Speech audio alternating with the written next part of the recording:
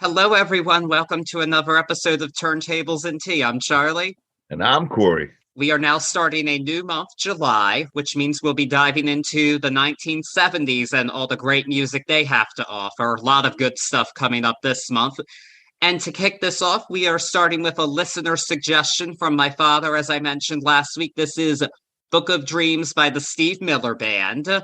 This album was released in March of 1977, and 45 years later, its songs are still super well known to this day. We're definitely going to dive into it like we always do here. Like we always do. A great way to start off the 70s dive. So much great music that we're still, like you said, listening to this day. There's so many different sounds from the 70s. I'm super excited about this one. I'm going to get ahead of myself, but there's so many different sounds inside of this album that were explored throughout this era too. This is a really cool jumping off point. Yes, lots of stuff here. Definitely runs the gamut of 70s rock because the Steve Miller Band's a bit of an interesting case, so I've heard a lot about them over the years from my father because they were his favorite band growing up.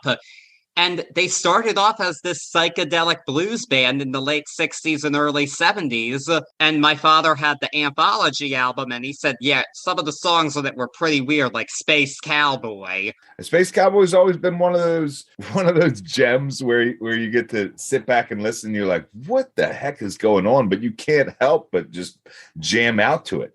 They were doing that, like you said, that blues psychedelic rock run. But Steve Miller, he really forged his reputation early on as a Chicago's bluesman, playing with like Muddy Waters, Howling Wolf, Buddy Guy, and Chuck Berry. So, and you hear that Chicago blues creep in, whether he likes it or not. And then there's some tracks where it really stands in the forefront of what's going on.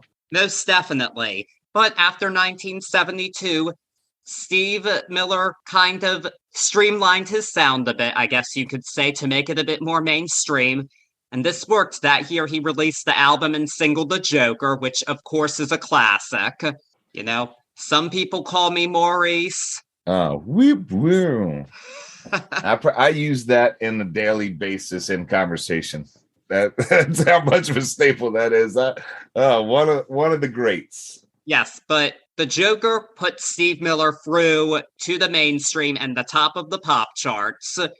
And he had a lot to follow up, and he waited a bit to follow it up until 1976 with the Fly Like an Eagle album, which was also very successful. But he wanted to keep it going, and there was so much recorded during these sessions that many of these songs were used on the follow-up Book of Dreams for March 1977, and this album was a huge success, too. It had 3 top 40 hits and made it up to number 2 on the albums charts. And, of course, it probably would have gone to number 1 if not for the juggernaut known as Fleetwood Mac's Rumors. That's an album we won't be discussing here, by the way. Just letting you all know it's been discussed to death, so we're not doing that here. But we'll do one of the albums that could have been number 1 if it weren't for it. There you go. Yeah, and so this was part of those albums. This is all recorded together in the same session, right? Fly Like an Eagle and Book of Dreams together in one sitting. For the most part, these songs are from the same session. There's one exception that we'll talk about, which is an interesting one. It's one of the hits on the album, actually, that was on here pretty last minute. Gotcha. We'll get to that, but it definitely continues the whole vibe of Fly Like an Eagle and its hits. And it did so successfully, I would argue. And this is a really well-regarded album along with that one. In fact, half of the songs on the Steve Miller Greatest Hits 74 to 78 album are from just this album. Yep, that's real. So, yeah, even the non-pop hits got some traction, too, and are beloved by the fans of the band. As they should.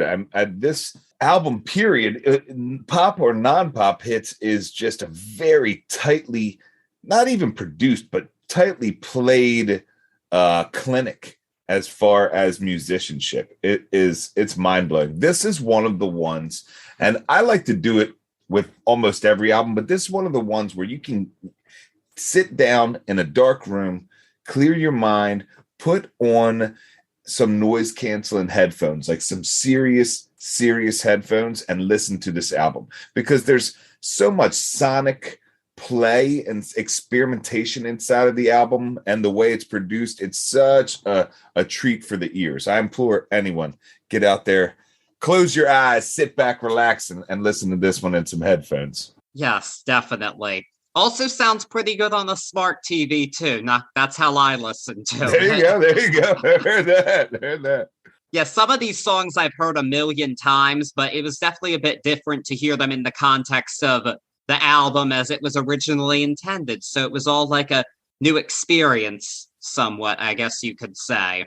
Yeah, on that same right, this was one where if it's your first time listening, we always try to take a virgin look at these records as best as we can without the nostalgia berries, dripping in it and getting us all hyped up. This one was the biggest challenge so far for me, because there was so many memories and nostalgia tied into it. To listen to it with a critical mind was a tough one, but it was awesome. I do have to agree with that on a couple of songs in particular, but we'll discuss our nostalgia during it. I know I plan on doing so. We will spill that tea. Do you want to stay up to date with the messiest drama on the internet? Or what about those crazy viral challenges? Then be sure to tune in to TMZ Verified, the podcast. I'm Wild. I'm Steph. And each week we're either breaking down the spicy viral stories, or we're hanging out with the most popular influencers around. Tana Mojo is in the building. I don't even know if they're hating. They're probably just telling the truth, but we love the haters too. Sophia Franklin. Yeah, I mean, we can talk, but let's be real with each other, Bryce Hall is here, y'all. Make some noise, people. I'm single, by the way. Right. So if you like viral drama, influencer culture, and just overall hot messiness, check out new episodes of TMZ Verified every Thursday right here on Spotify. So, I'm ready to dive in, aren't you? I am indeed. Let's do this. So the album begins with an instrumental called Threshold. Kind of sets the tone for the album. It's mostly all synthesizer. I think it's a good intro. It does what it needs to do. It's really just a setup for the next song, though, but it is often played with the next song on radio. Classic rock radio, at least. Yeah, this is one of two times on this album where I question why not do this as a same track, give it its own track. Why not just put it in there? In fact, here we go. First take. I'm being totally 100% honest here. I thought they were the same song. I always thought that Threshold was just the opening the Jet Airliner. It was, from what I remember, always played on the classic rock radio stations like that. So it was something that you always heard, and it was like, oh, that's the start. I always thought it was a long intro, but I never knew that it had its own name and track listing. Yeah, I do agree with that. I think it should have just been the intro to the song. It doesn't need to be its own separate track. But speaking of that, let's go on to track 2, the album's signature tune, arguably its biggest Billboard hit, Jet Airliner.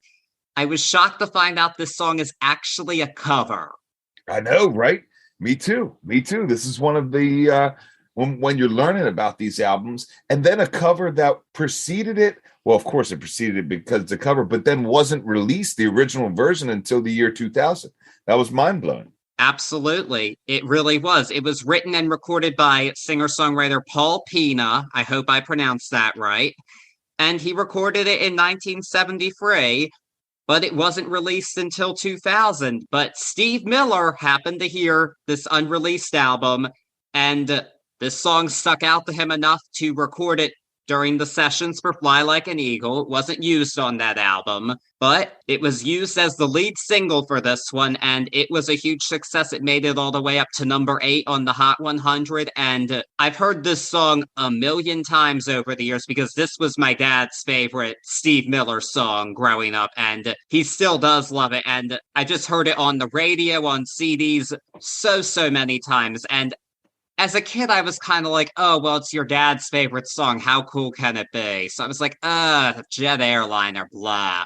But now I have to say it is a really well-done song in its own right, even though I've just heard it so many times, it is a bit hard to look at it objectively. My dad would always make a big deal of the fact that they had to edit this song for radio. Yeah. Because he says a bad word. He says funky shit going down in the city. Which was the original lyrics from Peanut. Yes. Yeah, exactly. But for the radio, they changed it to funky kicks in the city.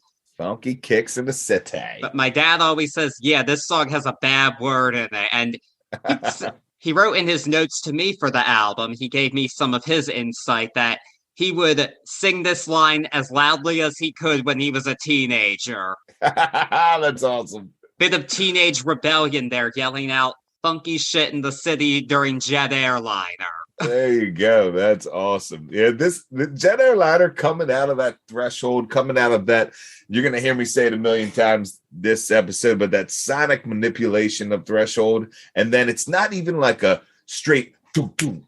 It almost, the bass drum almost like falls in on the third and fourth beat of the measure. And then you come in with that iconic boom, bam, boom, bam, oh, such a great way to open this album up. Yes.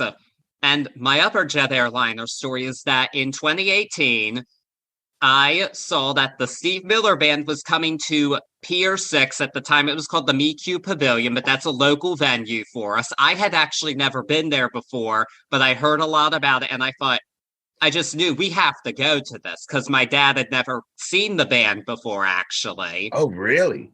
Because he had heard that Steve Miller was late to his concerts a lot, so he was like, no, forget it, I'm not paying for that. Okay. Which makes sense, but we decided, no, we're going to do it.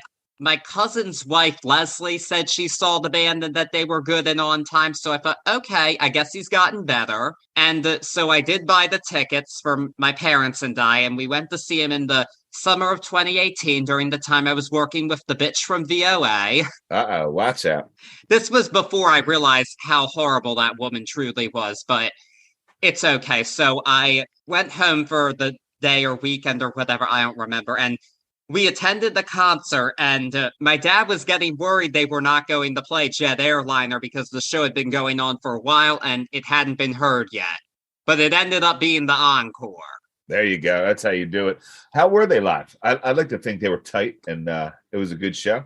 Oh, definitely. He still sounded pretty good. I'm not sure if it was all the original band members. Gotcha.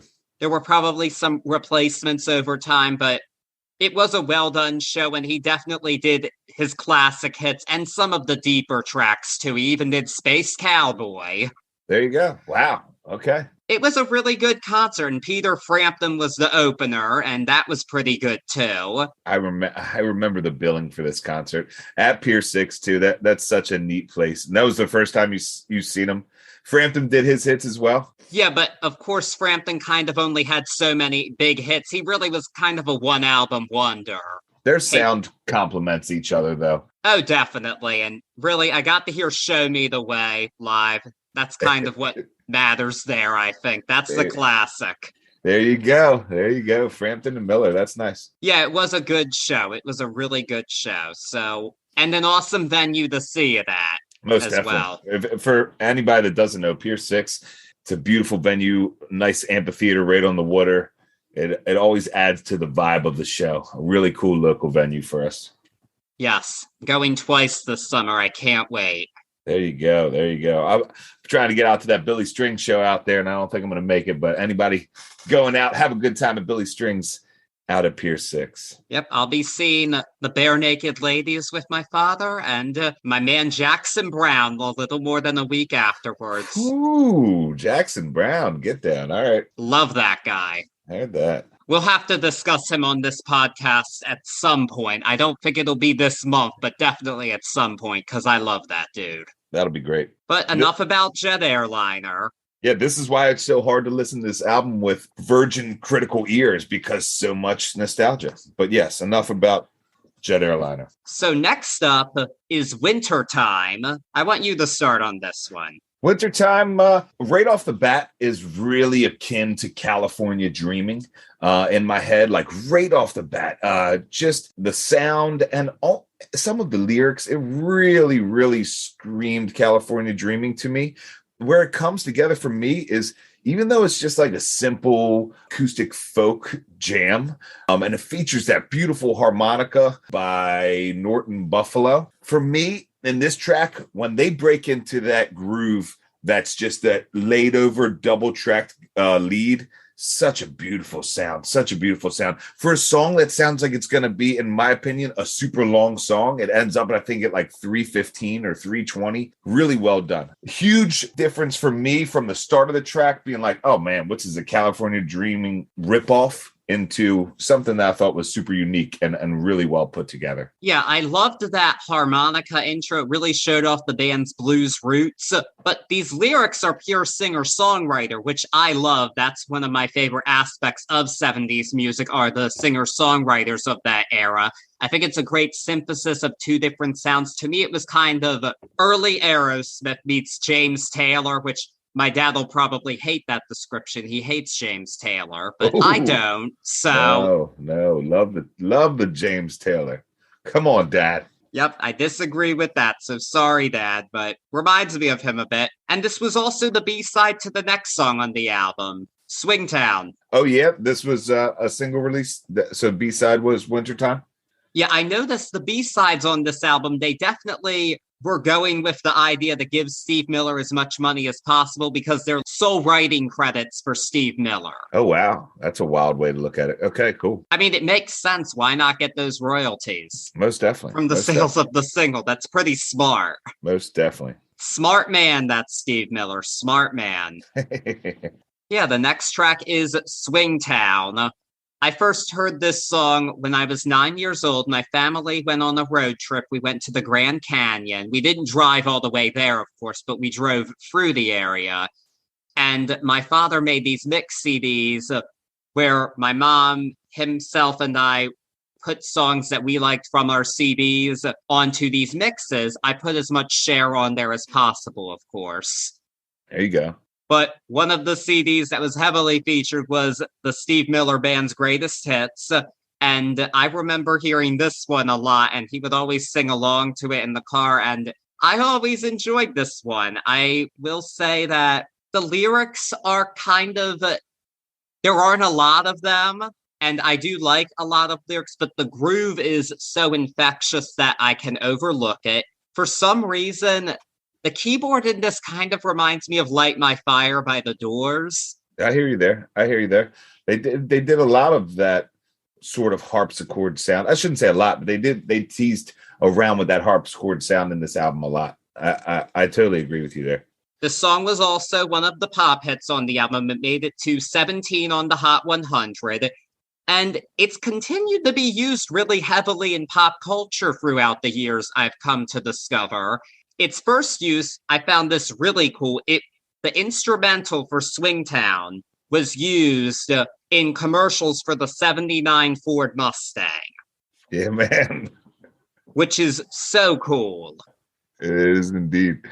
And it's also been used in the movie My Girl 2. It was on an episode of The Sopranos, and it's been sung by students at University of Wisconsin-Madison quite frequently. I think they've changed the lyrics a bit to fit their vibe, but okay, it's a bit of a tradition there. So the ripple in the pond of this song goes even farther than that, because it's not necessarily fact, but legend tells us that Greg Leon, who took Randy Rhoads' spot in Quiet Riot, he claims that the verse riff to Osbourne's Crazy Train came about when him and Rhoads were messing around with the Swingtown riff. And he was like, look what happens when you speed this up. And the next thing you know, boom, Crazy Train comes out of this as well. Yeah, that was pretty crazy to hear for me. Once I hear it, it makes perfect sense, actually. Most definitely.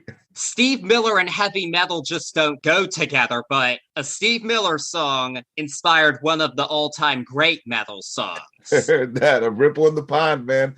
It goes all the way out. That was one of the neatest facts that I found throughout this.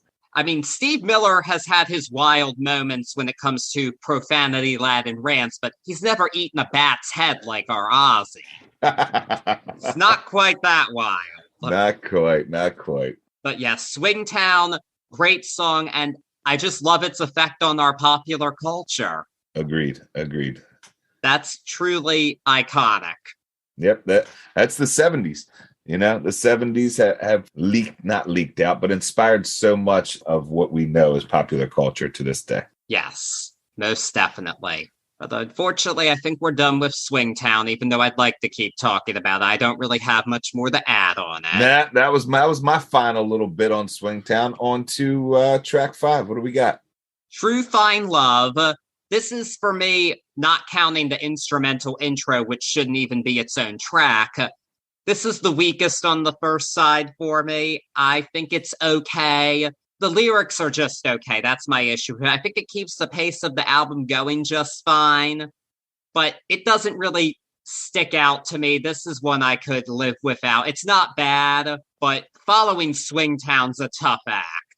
It's a tough act, almost finishing off the first side right here. In my opinion, you get a look at a cookie cut. I hate to use that word. You get to look at an example of a straightforward pop song, a straightforward hook. You have a walking bass, that's just chromatically going upstairs and keeps you going and interesting. But it's literally laid out: intro, verse, chorus, lead, verse, chorus, and then a fade out. It's the 70s pop packaging right there. It's not a bad song. It's not a mind blower, but it definitely is just a pop filler. I got to agree with you on this one. It for me, so far in this album, just not my favorite. Yeah, I gotta agree with you on that one. Fortunately, I do think the next song is more interesting. Wish Upon a Star. This one's a little trippy. I think it's kind of a sci-fi lullaby, I would describe it as. It definitely is trippy. It has that Fly Like an Eagle intro feeling to me, the way it's set up musically with the synthesizers. I'm usually not big on the slow ender of the side, but listening to this, I could immediately feel that I would want to flip the album. You know what I'm saying? Like, you'd come right off this and the album would stop.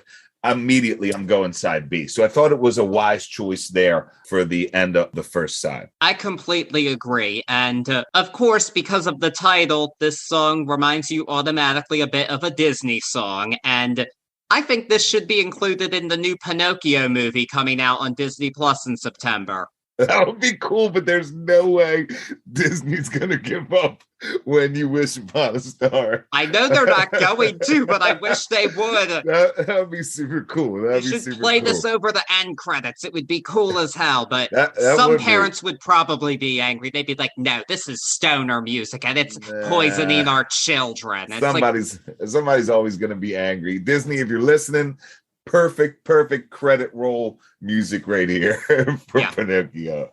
The movie's not out yet. It's not too late. Not too late, Disney. Get on it. The other thing I wanted to add about this song is because of its childlike lyrics, in a way it reminded me of a very different song that came out 12 years later. It's a track on Madonna's Like a Prayer album called Dear Jessie, which is a meditation on growing up too fast, and I wonder if this song is too. That's I have to go back and listen with that thought process. I'm not super familiar with the Madonna track, but I'd like to listen to both and compare. Well, you will eventually, because spoiler alert, we are discussing Like a Prayer on this podcast. Come on. You think I expect anything less? So we'll talk about Dear Jessie then. I don't know if Madonna heard this song. I kind of doubt that she did, but it would be cool if she did. I wonder if she did, but I kind of doubt it based on what I know about her. Dear Jessie will be discussed in the future here, as will the rest of Like a Prayer. I'm getting way ahead of myself. It's all good. So instead of turning over the Like a Prayer, we're going to turn it over to side B of the album, which begins with the last big pop hit on the album, Jungle Love. The jam piece coming right off. I mean, I've always been in wonderment of how they were like, all right, this is the start of the song, but it's such a great one. It's like a weird little whistle. I love that intro. Such a great classic intro from Miller. Oh my goodness, yes. And so this song was written by the band's bassist at the time, Lonnie Turner, with Greg Douglas, and they originally wrote it for Dave Mason. Really? It was written for somebody else, huh? Yes, but that didn't end up happening, and Lonnie Turner gave Steve Miller the demo. Miller loved it, and he ended up recording this song in half an hour on the last day of sessions for the album. I did read that. Half an hour. That shows you love a song. Yeah. And interestingly, my dad says this is a great song, but he doesn't think it really fits on the album. I think the fact that it was added on so late kind of explains it, because this does sound different than other songs here. It is heavier than anything here, I believe, but it was such a monster track that it had to be done.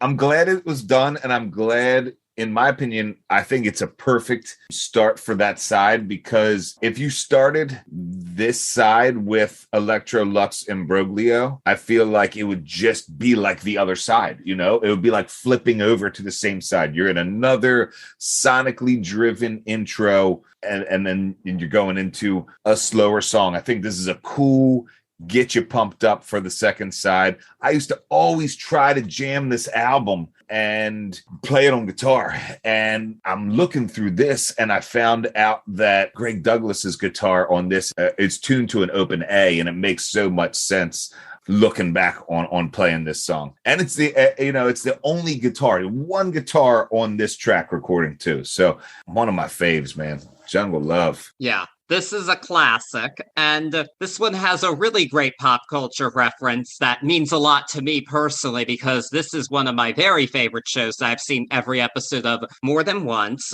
This song was featured at the end of an episode of Everybody Loves Raymond, where the family is snowed in at Frank and Marie Barone's house, and of course they end up arguing, because they did that every episode, let's be real.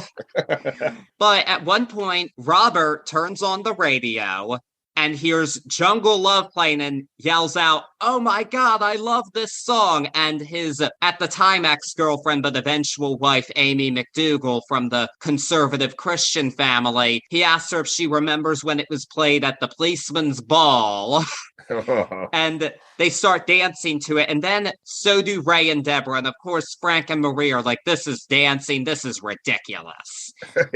But they're all jamming out to it. And it was definitely one of Ray and Deborah's happier moments on the show, because they argued all the time. Come on. I heard that. That was Ray and Deborah. But this moment made a big impression on viewers, I guess, because it was, at times at least, used as the show's theme song for its last 3 seasons. I'm not sure how often. Oh, wow. I'm a bit confused on that aspect of it, because I didn't watch this show when it was in first run. I saw the reruns a few years after it went off the air. I remember my parents used to watch this show a lot when I was growing up, but I never remember hearing Jungle Love, and it certainly wasn't included in the reruns of it, or even on the current Peacock streaming, or when it was on Netflix. So I wonder how often it was used in original broadcasts of the show. If anybody can verify that for me, I would be grateful. Yeah, a mystery in my own head about this one was I always thought these were anecdotal lyrics from Miller. So I was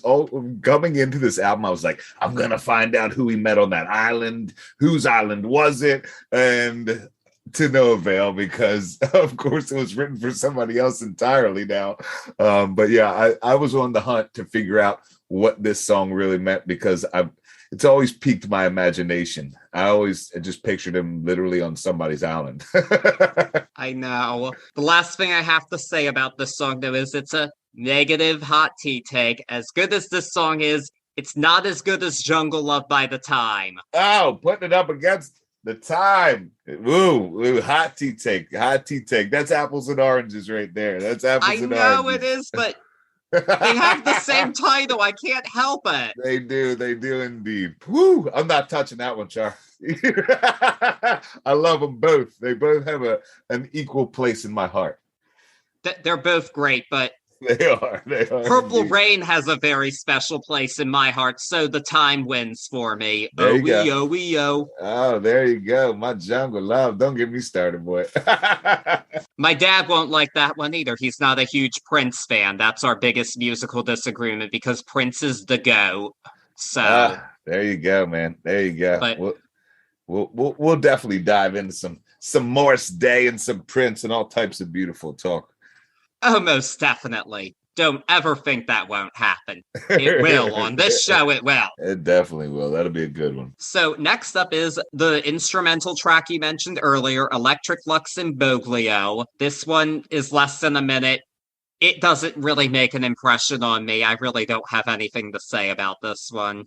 This is my second time, like I alluded to earlier. There's 2 times on this album where I say, why give it its own track listing? Just let it be Sacrifice. It's literally that. It's an intro to Sacrifice. So let it be Sacrifice. But again, we're back to this sonic experimentation. It's a great one for the earphones. It's a neat little intro into Sacrifice. Yes, and now Sacrifice. The writing credits of this song interested me as well. So one of the writers was Curly Cook, who I'd never heard of, and he did not have a Wikipedia page. Okay. But the other one was Les Dudek, who I discussed on the Cher podcast. He was in a band with her called Black Rose and dated her, and it was a failure of an experiment, but it's one of my favorite Cher albums. And he also co-wrote a song with Stevie Nicks on her Rock a Little album called Sister Honey, which is one of my favorites on that album. Take it.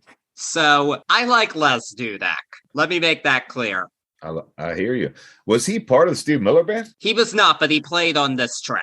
Got you. Okay. This song's just okay for me. I think it goes on too long. I enjoy this track. It strikes a lot of chords for me. The almost pizzicato harmonics that lead this track off and like worked in there with the driving electric lead. I really enjoy a little bit of a Pink Floyd vibe to me at some points in this song, especially with the wind chime like keyboard pieces on it. It's not my favorite, but it's a neat one here. Well, like I said last week, I'm not the biggest Pink Floyd fan, so if it's like that, maybe that's why. Maybe so.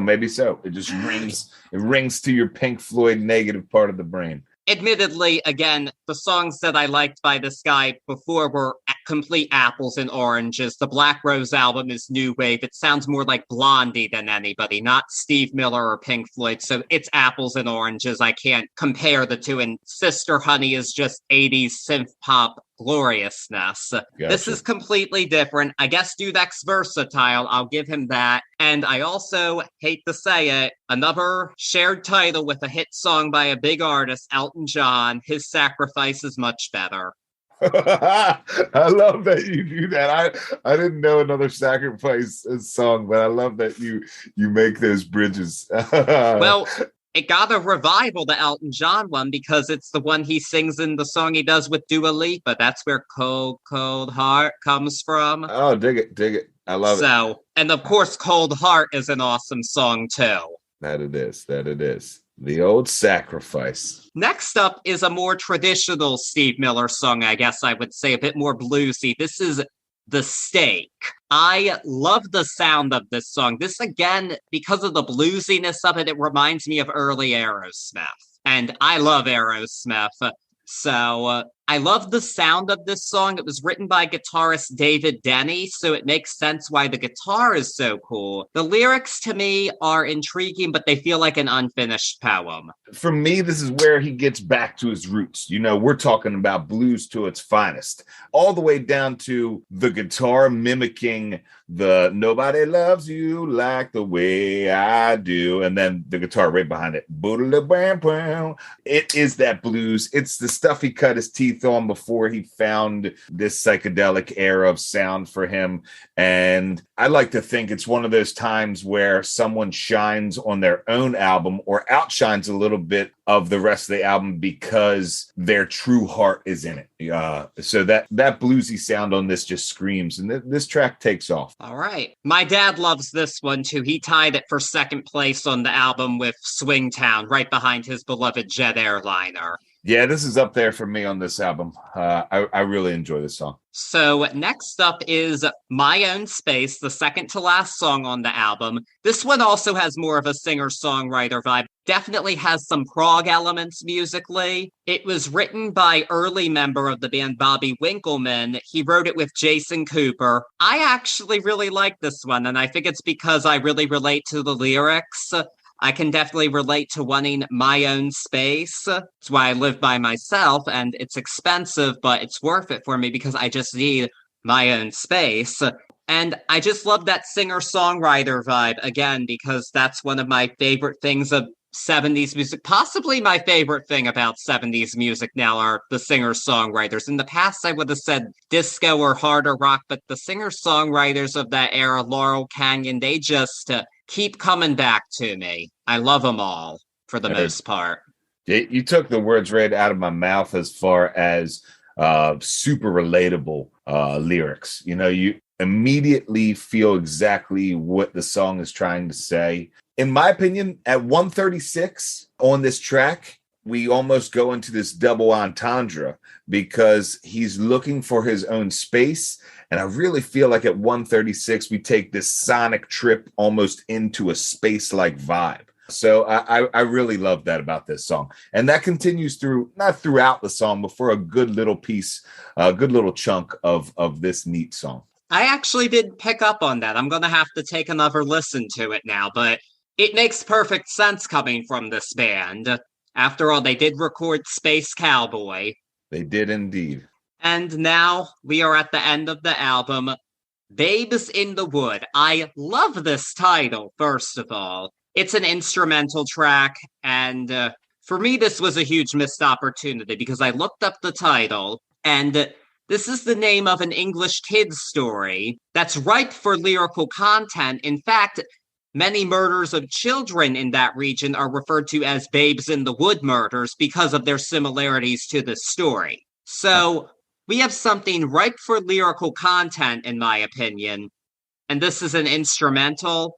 That's just a missed opportunity to me. So this one is my least favorite on the album because I don't think it really goes anywhere. It's nice to listen to, but it doesn't go anywhere. And just the missed opportunity of it is heartbreaking to me. It was the B-side for Jet Airliner, but like I said earlier, I know that was because Miller wrote it himself so he could get more money, which is smart. This one doesn't do it for me. I'm going to be on the other side of the coin on this one. We're going into my dreaded how do you end an album track. We're in a fully instrumental jam, which is not necessarily my favorite way to end an album, but this one, and I don't know the relating years on it, it really has a beautiful folky sound as an outro for this album, coming in off this like crazy synth vibe starting in on the album to finish off with this almost reminiscent of like some songs from the Wood, Jethro Tull type of feel. I think it's a nice little palate cleanser on the way out of this sonic exploration, this sonic journey that we've gone through on this album, start to finish. I'd love to look into what you were talking about with the Babes in the Wood, and maybe so. Maybe you've got a song in there somewhere, Charlie. You know, Charlie Fern, Babes in the Wood. But for me, that to end this album on such a light and again, I'll say palate cleansing, folky outro, I really thought it was a neat way. Alrighty, different strokes for different folks. You know it.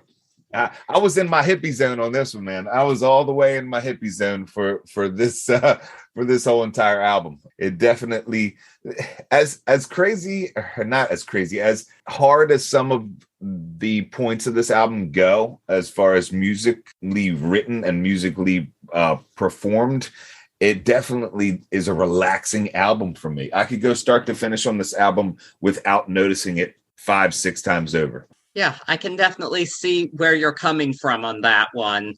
It is definitely a nice thing to have on in the background, for sure. Most definitely.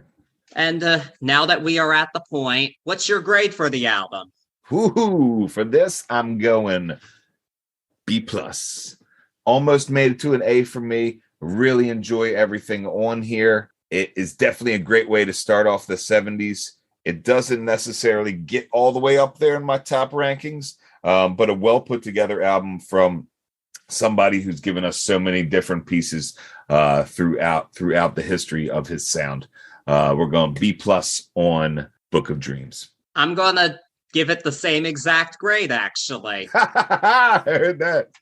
At first, I was going to just say B flat out, but I've had some time to think about this is a B+.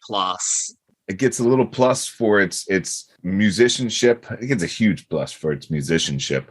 A really, really well thought out album. And, you know, part of that back-to-back era of albums that really made it on both ends, Fly Like an Eagle and Book of Dreams. Alrighty, so favorite track?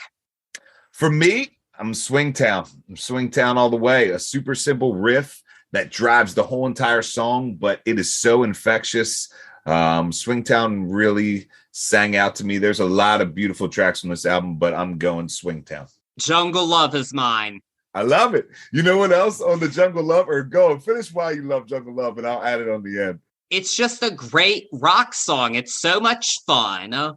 It is. It's just a killer track. I love the riff on it. Maybe some of my love for it is amplified because of Everybody Loves Raymond. That's actually one of my top 5 shows ever. I love 90s sitcoms, so Everybody Loves Raymond is my jam too. I don't think it has that much to do with the show, though. I think it's weird that it was chosen as the theme song. I think it's interesting, but honestly weird, because the Barones were a bit wilder than that. They were their own entity, as we know. But that Jungle Love, do you know where it ended up on the album? Number 7. You want to talk about a tight 7 track right there. That's a tight 7 track. I forgot to touch on it while we were going, and I had to keep it till the end. But, you know, I'm always looking for a tight number 7, and this is one of them, man. Most definitely. Most definitely. Well, thank you, Dad, for suggesting a great album for us to discuss. This one was a lot of fun. Yes, thank you. Next week, we are diving into The Houses of the Holy from Led Zeppelin. Your pick for the 70s. I cannot wait for this one. This will be a fun one. Ladies and gentlemen, boys and girls, we dive into our first Zeppelin in here on the 70s. This is a super, super special one in my heart. You want to talk about challenging to listen to this one for virgin ears? A little sprinkle of what's to come. I've listened to this album way over 500 times, guaranteed. This is one of my favorite albums of all time. So this is going to be a tough one to be critical on, but I got plenty of tea on this bad boy. Yeah, I can't wait to do this one. And it's a pretty interesting album in Led Zeppelin's career, too, following their biggest album, Led Zeppelin 4. It's always interesting to see the follow-up to the peak, I think. I agree. The commercial peak, it's always interesting to see what they do there. And they took some different turns, so I'm really excited to dive into Houses of the Holy. Ooh, you already got me excited. Here we go. And I was actually told by my coworker at one of my jobs who works at Merriweather part-time, she got to hear Robert Plant earlier in June and said he still sounds fantastic, which made my heart very happy. Yeah, he's on the road with Krause, Alison Krause. Alison Krause. They always are awesome together, but I've heard some of the live takes from this, and I'm so sad I missed it. He is still hitting it, like hitting up in the peaks of him. And I've seen many incarnations of himself live, and it's so great to hear that he's still out there rocking it. And they're doing Zeppelin, from what I heard. Like they're which is great. They did the Battle of Evermore. I'm sad I missed that. Are you joking me? Oh, goosebumps right here. All right, we go on Zeppelin for millions of years. So.